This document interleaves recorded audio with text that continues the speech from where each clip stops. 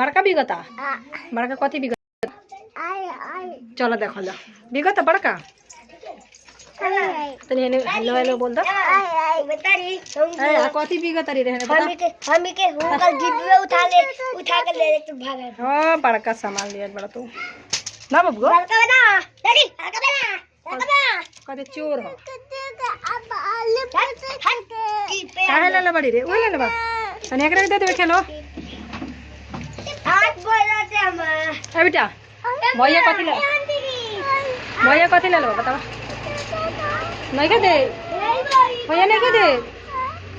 तारा के नहीं के दे भैया चलो पूछो तने बड़का एकरा दे बाबू के खेले के मांगता तारा के ना दिला से भैया बाबू कैमरा नहीं के दे